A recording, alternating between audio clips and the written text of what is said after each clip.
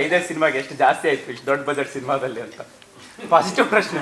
ಈಗ ಅವರು ನನಗೆ ಸಿನಿಮಾ ಮಾಡೋಕ್ಕೆ ತಗೊಂಡಿರೋ ಸಂಭಾವನೆನ ಅಕಸ್ಮಾತ್ ಶೂಟಿಂಗ್ ಲೆಕ್ಕದಲ್ಲಿ ನಾನು ಒಂದು ನಿಮಿಷ ಹೇಳ್ಬಿಡ್ತೀನಿ, ಕ್ಲಾರಿಫಿಕೇಶನ್ ಇದು ಆಯ್ತಾ.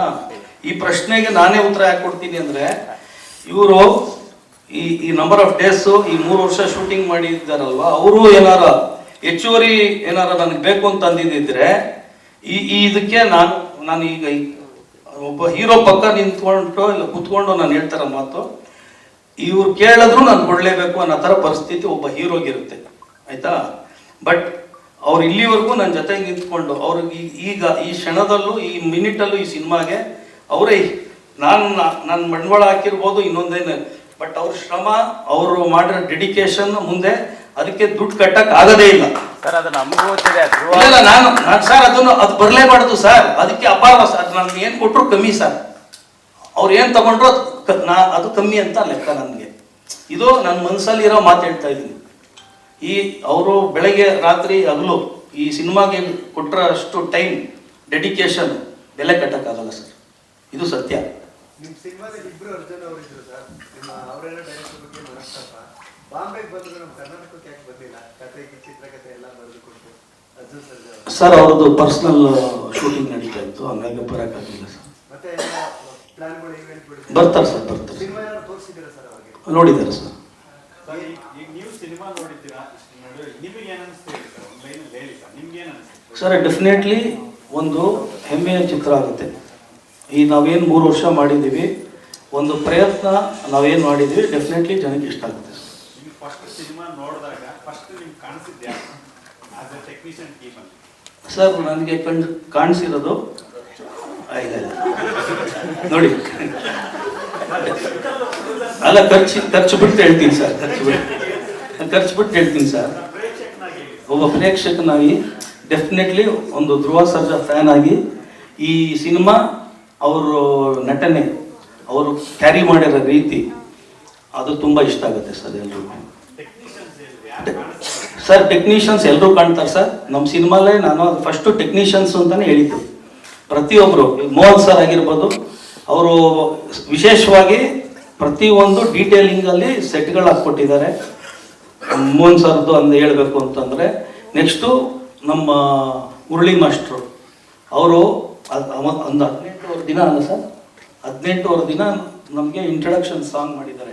ಅದು ಒಂದು ಇತಿಹಾಸನೇ. ನೀವು ನೋಡಿ ಅದು ಆ ಸಾಂಗ್ ನೋಡಿದಾಗ ಈ ಥರದ್ದು ಒಂದು ಸಾಂಗ್ ಆಗಿದೆ ಕನ್ನಡಕ್ಕೆ ಅಂತ ಒಂದು ಹೆಮ್ಮೆ ಪಡೋಂಥ ಸಾಂಗ್ ಆಗುತ್ತೆ. ಆಮೇಲೆ ನಮ್ಮ ಚಿಕ್ಕಣ್ಣ ಅವರು ಯಾವಾಗಲೂ ನಮ್ಮ ಸಪೋರ್ಟಿವ್ ಆಗಿದ್ದಾರೆ. ಯಾವ ವಿಚಾರವಾಗಿ ಅವ್ರ ಡೇಟ್ ಇಲ್ಲ, ಎಷ್ಟೆಷ್ಟು ಅವರು ಸ್ವಂತ ಸಿನಿಮಾ ಮಾಡ್ತಾಯಿದ್ರು, ಅವರು ಹೀರೋ ಆಗಿ ಮಾಡ್ತಾಯಿದ್ರು, ಆವಾಗಲೂ ನಮ್ಗೆ ಬೇಕು ಅಂದಾಗ ಬಂದಿದ್ದಾರೆ ಅವರು. ಸೊ ಹಾಗಾಗಿ ಆಮೇಲೆ ಇಮ್ರಾನ್ ಮಾಸ್ಟ್ರು ಅವರು 2 ಸಾಂಗ್ ಮಾಡಿದ್ದಾರೆ. ಅವರು ಕೂಡ ನಮಗೆ ಹೇಳ್ದಂಗೆ ಫಸ್ಟೇ ಎಲ್ಲ ಪ್ರತಿಯೊಂದು ಡೀಟೇಲಿಂಗು ಹಿಂಗೆ ಈ ಥರ ಇರುತ್ತೆ, ಕಾಸ್ಟ್ಯೂಮಿಂದ ಹಿಡಿದು ಅದನ್ನು ಪ್ರಿವ್ಯೂಸ್ ಥರ ಮಾಡಿ ತೋರಿಸಿ ಮಾಡಿಕೊಟ್ಟಿದ್ದಾರೆ. ಆಮೇಲೆ ನಮ್ಮ ಸತ್ಯ ಸರ್ ಅಂತೂ ಅವ್ರು ರಿಯಲ್ ಆಗಿ ನಾವು ಫಸ್ಟು ಆನ್ ಬೋರ್ಡ್, ನಾನು ಹೀರೋ ಈ ಕತೆ ಮಾಡ್ತೀವಿ ಅಂದಾಗ ಇನ್ನು ಡೈರೆಕ್ಟರ್ ಫೈನಲ್ ಆಗಿಲ್ಲ, ಸತ್ಯ ಸರ್ ಫೈನಲ್ ಆಗಿದ್ರು. ಸರ್ ಸ್ವಲ್ಪ ಮುಂದೆ ಬನ್ನಿ ಸರ್. ಸತ್ಯ ಸರ್ಗೆ ಇನ್ಫ್ಯಾಕ್ಟ್ ಹೇಳ್ಬಿಡ್ತೀನಿ ಕೇಳಿ ಸರ್, ಇದು ಯಾರಿಗೂ ಗೊತ್ತಿಲ್ಲದೆ ಇರೋ ವಿಚಾರ. ಸತ್ಯ ಸರ್ ನಿಮಗೆ ಡೈರೆಕ್ಷನ್ ಮಾಡಿ ಈ ಪಿಕ್ಚರ್ ಅಂತ ಕೇಳಿದ್ವು ಸರ್, ನಿಮಗೆ ಅವ್ರನ್ನೇ ಕೇಳಿದ್ವಿ ನಾವು ಡೈರೆಕ್ಟ್ ಮಾಡಿ ಅಂತ. ಯಾಕಂದರೆ ಅವರು ಫಸ್ಟು ಆನ್ ಬೋರ್ಡ್ ಈ ಕತೆಗೆ ಬಂದಿದ್ದು ಅವರೇ. ಸೊ ಎಲ್ಲರೂ ಈ ರವಿ ಬಸೂರವರು ಮ್ಯೂಸಿಕ್ಕು ಎಕ್ಸ್ಟ್ರಾರ್ಡಿನರಿ ರೀ ರೆಕಾರ್ಡಿಂಗ್ ನೀವು ನೋಡಿದ್ರೆ ಈ ಸಿನಿಮಾ ಅವ್ರ ಪಾತ್ರ ತುಂಬ ಇದೆ.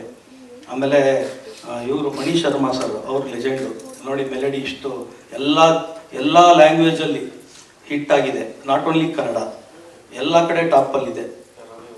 ರವಿ ವರ್ಮಾ ಮಾಸ್ಟ್ರು ಬಂದಿಲ್ಲ, ಇವತ್ತು ಬರಬೇಕಾಗಿತ್ತು. ಒಂದು ಚೇಸ್ ಮಾಡಿದ್ದಾರೆ, ಫಾಸ್ಟ್ ಆ್ಯಂಡ್ ಫ್ಯೂರಿಯಸ್ ಫೀಲ್ ಬರುತ್ತೆ ನಿಮಗೆ ಅದನ್ನು ನೋಡಿದಾಗ. ಅದು ನಮ್ಮ ಕನ್ನಡಿಗರು, ಕನ್ನಡ ಟೆಕ್ನಿಷಿಯನ್ ಅಂದರೆ ಹೆಮ್ಮೆ ಪಡೋ ವಿಷಯಗಳು. ಇದು ತುಂಬ ಇದೆ ನಮ್ಮ ಸಿನಿಮಾಲಿ. ಹೀರೋಯಿನ್ ಬಗ್ಗೆ ಆವಾಗಲೇ ಮಾತಾಡಿರಲಿಲ್ಲ. ಇವರು ಶೂಟಿಂಗ್ ಮಾಡಿರೋದು ನಂಬರ್ ಆಫ್ ಡೇಸ್ಗಿಂತ ಅವರು ಹೋಟ್ಲಲ್ಲಿ ವೆಯ್ಟ್ ಮಾಡಿರೋ ಡೇಸ್ ಜಾಸ್ತಿ ಇದೆ. ಅಲ್ಲ ಸ್ವೇರ್, ನಾನು ತಮಾಷೆ ಹೇಳ್ತಾ ಇಲ್ಲ.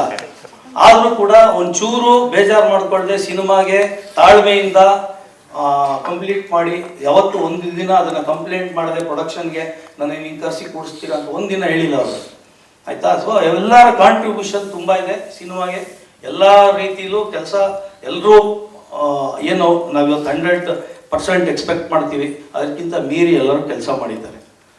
ಅದರ ಔಟ್ಕಮ್ ನೀವು ನೋಡ್ತೀರ. ಸರ್ ಅವ್ರ ಸಿನಿಮಾ ಅಂದ್ರೆ ಯುವ ಸರ್ಜಿ ಅವ್ರ ಸಿನಿಮಾ ಅಂದ್ರೆ ಅವ್ರ ಫ್ಯಾನ್ಸ್ ಫಸ್ಟ್ ರೀಚ್ ಆಗೋದು ಫೈಟ್ಸ್ ಅಂಡ್ ಡೈಲಾಗ್. ನೀವು ಅವ್ರ ಸಿನಿಮಾ ಪ್ರೊಡ್ಯೂಸರ್ ಆಗಿ ಈ ಸಿನಿಮಾದಲ್ಲಿ ಫಸ್ಟ್ ನಿಮ್ಗೆ ಯಾವ ಕನೆಕ್ಟ್ ಆಗಿದೆ ಸರ್? ಕಥೆನೇ ಅಲ್ವಾ ಸರ್? ಆಡಿಯನ್ ಆಗಿ ಕನೆಕ್ಟ್ ಆಗಬೇಕಾಗಿರೋದು ಒಂದು ಕಥೆ ಸರ್. ಸೊ ಡೆಫಿನೆಟ್ಲಿ ಒಂದು ಕಥೆ ಕನೆಕ್ಟ್ ಆಗುತ್ತೆ.